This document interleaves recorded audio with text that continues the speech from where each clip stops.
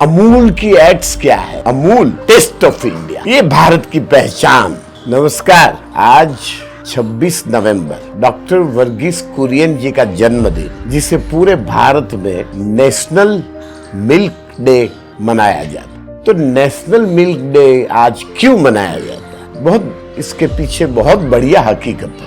1945 में गुजरात के किसान महात्मा गांधी के पास फरियाद लेके गए कि गाय भैंस से किसानों का गुजारा नहीं होता है, दूध बहुत सस्ते दाम में बेचना पड़ता है, तो कोई खर्चा निकलना मुश्किल है। और शहरों में महंगा दूध मिलता था। जो अंतरराष्ट्रीय ब्रिटिशरों की जो व्यापारी कंपनियां थी, जो मुनाफा करके किसानों के सस्ते दाम से दूध लेके महंगा दूध बेचती थी, वो उस वक्त की हकीकत। तो गांधी जी ने सरदार पटेल जी को कहा। सरदार पटेल जी ने ख्याल दिया कि भाई किसानों की एक कोऑपरेटिव सोसाइटी बनाई है और किसानों ये कोऑपरेटिव सोसाइटी चलाएगी। तो 1946 जनवरी में सरदार पटेल ने मोरारजी देसाई को कहा कि आप इसको रजिस्टर करवाइए।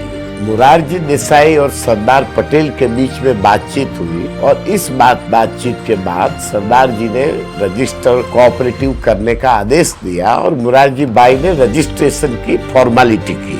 सबसे पहली हिंदुस्तान की कोऑपरेटिव आणंद में रजिस्टर्ड किसानों की, जिसका नाम था क्यारा कोऑपरेटिव।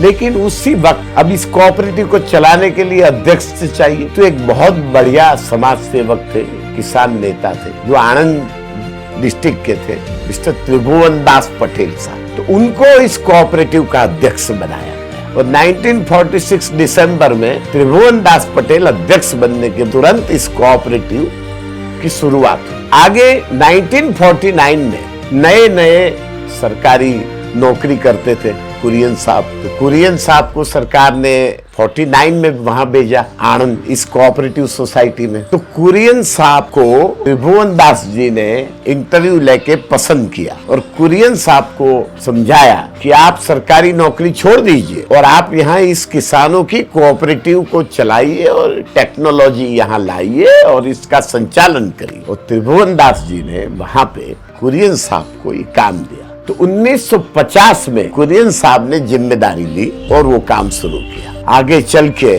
अमूल के नाम पे पूरी दुनिया इसे जानती है। वो एशिया की बल्कि दुनिया की सबसे बड़ी कोऑपरेटिव डेयरी अमूल कहलाई गई। बाद में फिर कुरियन साहब ने नेशनल डेयरी डेवलपमेंट बोर्ड का सरकार ने गठन किया, उस समय की सरकार ने कुरियन साहब की सलाह से। बाद में तो फिर इस देश में 30 से बड़ी स्टेट की कोऑपरेटिव डेयरी अमूल जैसी बन गई और कम से कम 241 डिस्ट्रिक्ट की कोऑपरेटिव डेयरी पूरे देश में बन गई। लेकिन हिंदुस्तान में हर गांव में छोटी छोटी कोऑपरेटिव सोसाइटी डेयरी के रूप में किसानों के लिए, गाय भैंसों के लिए बनी और 2,36,000 ऐसी कोऑपरेटिव डेयरी आज हमारे देश में हुई। और आप जानते हैं कितने सदस्य इसमें हुए हैं? जो किसान परिवार की महिलाएं और किसान 1,75,00,000 से ज्यादा पूरे देश में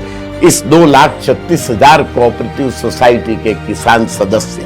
और ये नेशनल डेयरी डेवलपमेंट बोर्ड इस कोऑपरेटिव एसोसिएशन के गठन से और भारत सरकार की सहायता से बड़े पैमाने पर गुजरात में श्वेत क्रांति इसे कही जाती है। ये श्वेत क्रांति है जिसे किसानों की आर्थिक ताकत बढ़ी, किसानों का स्टेटस बढ़ा, किसानों को नेतृत्व मिला, किसानों को फायदा मिला, किसानों अपने नुकसान से बाहर उभर आए और इतने बड़े पैमाने पर जो डेयरी की श्वेत क्रांति पूरी दुनिया में भारत की कोऑपरेटिव मूवमेंट से पहचानी गई। कुरियन जी को सरकार ने पद्म विभूषण, पद्मश्री से नवाजा।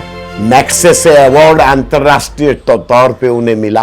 पूरी दुनिया में वो जाने गए, पूरी दुनिया ने उनको सहारा और पूरी दुनिया ने उनको मिल्क मैन डिक्लेयर किया। तो ये उनका जन्मदिन, इसीलिए मिल्क मैन का जन्मदिन मिल्क डे के रूप में मनाया जाता है। कुरियन जी 2012 में दुनिया छोड़ के चले गए, लेकिन उनकी याद और नेशनल मिल्क डे। तो आज इस 26 नवंबर को नेशनल मिल्क डे पूरे देश में और दुनिया में मनाया जाता है। तो आज हम कुरियन जी को और पूरे देश के किसानों उनको हार्दिक श्रद्धांजलि अर्पित करते हैं, उनको प्रणाम करते हैं और ऐसी आर्थिक क्रांति और श्वेत क्रांति के उन महानायकों को हम 1000 बार प्रणाम करते हैं कि देश में अर्थतंत्र का इतना महान रास्ता और गरीबी दूर करने का इतना महान रास्ता, न भीख देना न बख्शिश देना, लेकिन किसानों को शिक्षा देना और किसानों को नेतृत्व देना। इस महान कुरियन जी को प्रणाम और दिल से श्रद्धांजलि, और किसानों को, भारत के किसानों को बहुत बहुत शुभकामनाएं और अभिनंदन।